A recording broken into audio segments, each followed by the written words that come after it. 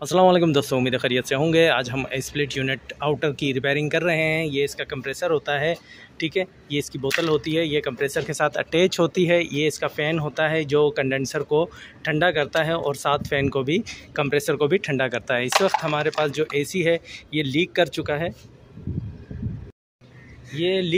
है। इसमें ऑयल आया हुआ, वाज़ेह तौर पे पता लग रहा होगा आपको। अभी हमारे टेक्नीशियन इसको चेक करेंगे। जी दोस्तों, जैसा कि आप जानते हैं, ये देखिए वाल निकाल रहे हैं। ये स्प्लिट यूनिट आउटर का।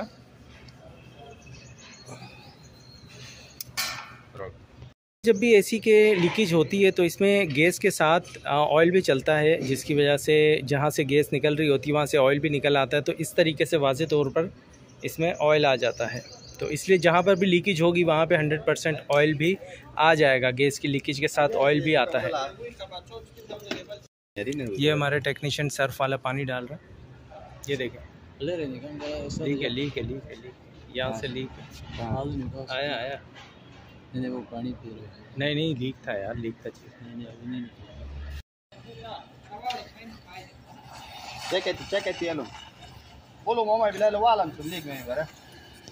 ये गैस निकालने के बाद इसकी थोड़ा सा इसको गर्म कर रहे हैं ताकि इसको सफाई आराम से की जा सके।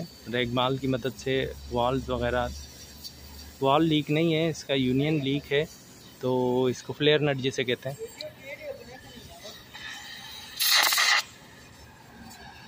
बड़ा ख़तरनाक और मुश्किल काम होता है। गर्मियों में काम करना बहुत ही मुश्किल है।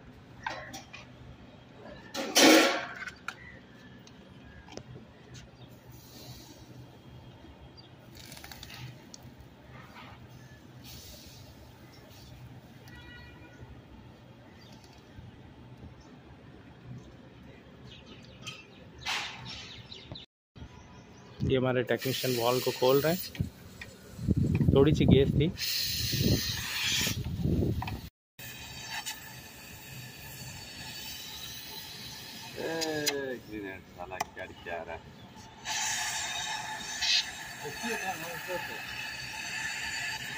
ये हमारे प्रोफेशनल इस वक्त अभी वाल को चेंज कर रहे हैं।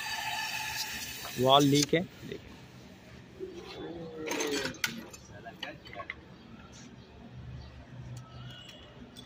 ये सेक्शन वॉल होता है, इसकी मदद से गैस भी डालते हैं।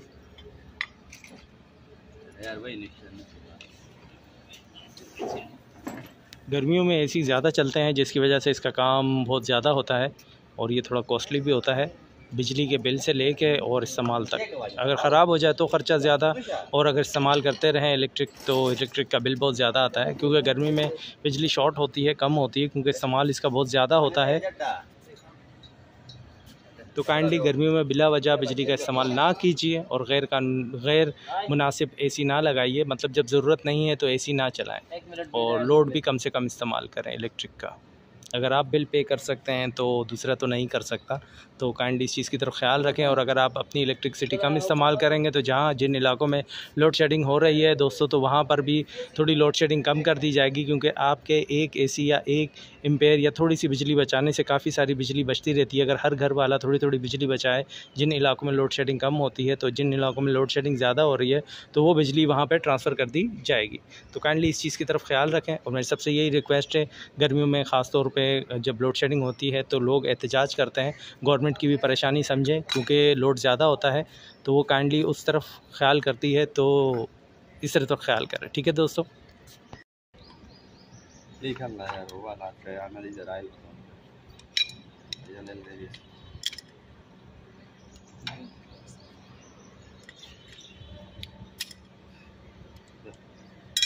दोस्तों एसी के वॉल काफ़ी महंगे हैं, इसलिए हम इसी को रिपेयर करना आज आपको दिखाएंगे और कोशिश करेंगे कि आसान अल्फाजों में आपको बताने की कोशिश करें। ये एसी का वॉल है, इसकी मदद से अभी हम इसको रिपेयर करेंगे।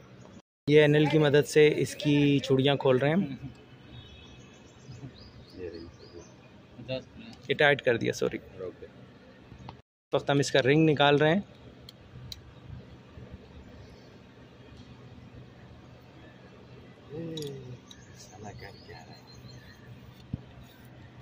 ये हमारे शोएब टेक्नीशियन है।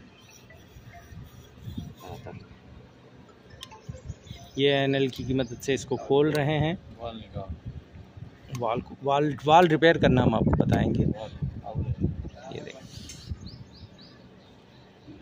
ये दोस्तों, तो ये NLG का वाल हम लोगों ने खोला और ये नज़र आ रहा है आपको।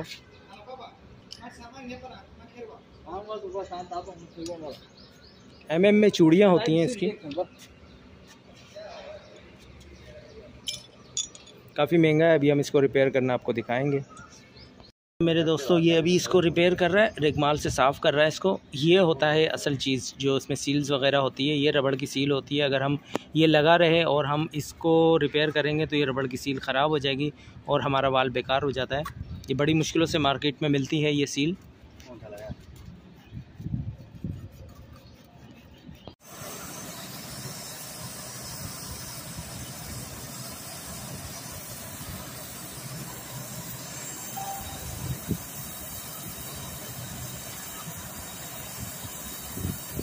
ये अभी हम लोग वाल की रिपेयरिंग कर रहे हैं।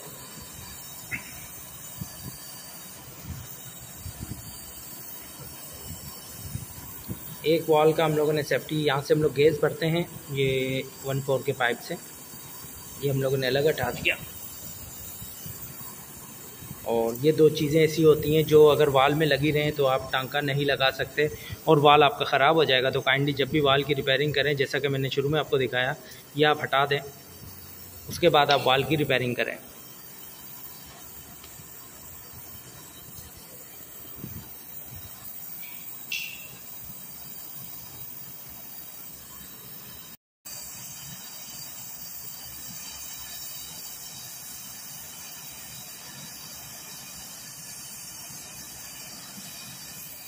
निहायत ख़तरनाक काम होता है, दिखने में आसान लगता है लेकिन काम करने वालों को अंदाज़ा होता है कि किस कदर मुश्किल काम है ये।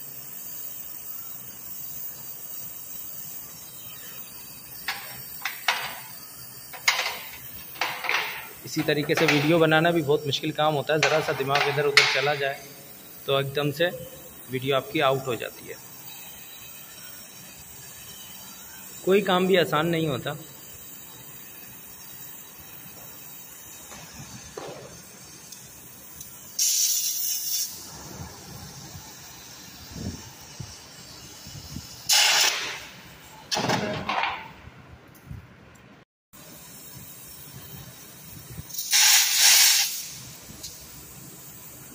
जैसा मैंने बताया, ये हमारे शुएब साहब हैं।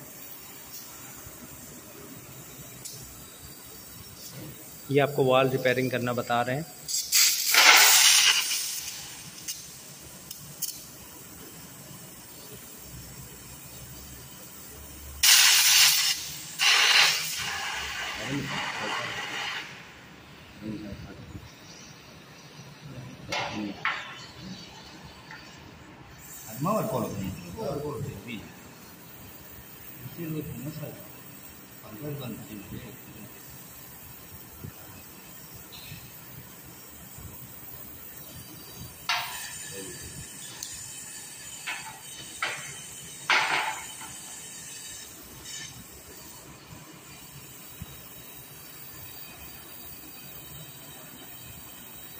हम भी थोड़ा एहतियात कर रहे हैं क्योंकि गैस बत्ती का काम चल रहा है। ये ना हो कि हमारे भी हाथ पाथ या कैमरा जल जाए।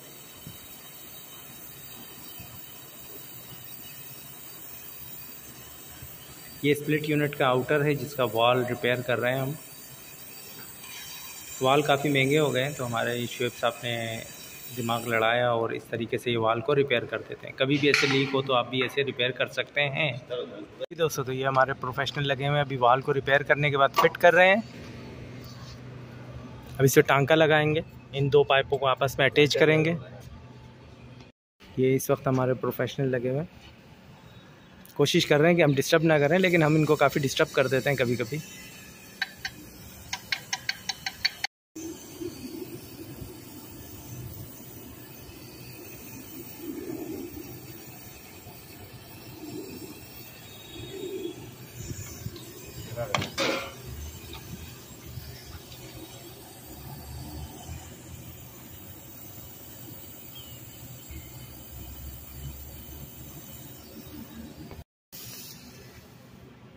ये कंफर्म कर रहे हैं कि वाल ठंडा हुआ है कि नहीं, लेकिन वाल गर्म है। उसके बाद जब वाल ठंडा होगा उसके बाद ही हम इसमें सील्स वगैरह लगाएंगे। हमारे प्रोफेशनल NLG की मदद से जैसे खोला, अब इसको टाइट करेंगे। ये देखिए। दूसरी सील भी इसकी लगा रहे हैं वाल के।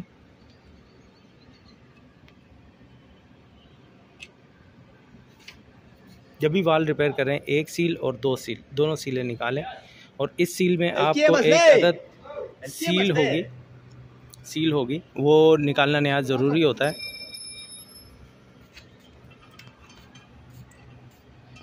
एनएल की मदद से हम टाइट कर रहे हैं इसको। ये वो सील है जो नहायत ज़रूरी होती है लगाना, सी टाइप की होती है ये। दिखाएं।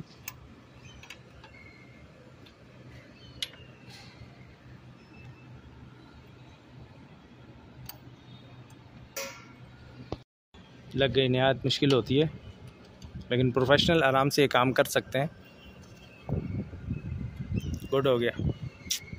अब हमारे प्रोफेशनल इसमें प्रेशर डाल के लीक चेक करेंगे, उसके बाद गैस की गैस डालेंगे। मतलब पहले लीक चेक करेंगे प्रेशर डाल के, उसके बाद हम वैक्यूम करेंगे। वैक्यूम करने के बाद फिर हम इसमें गैस डालेंगे। उम्मीद है दोस्तों वीडियो अच्छी लगी होगी। अपना ख्याल रखिएगा। अल्लाह हाफ़िज़।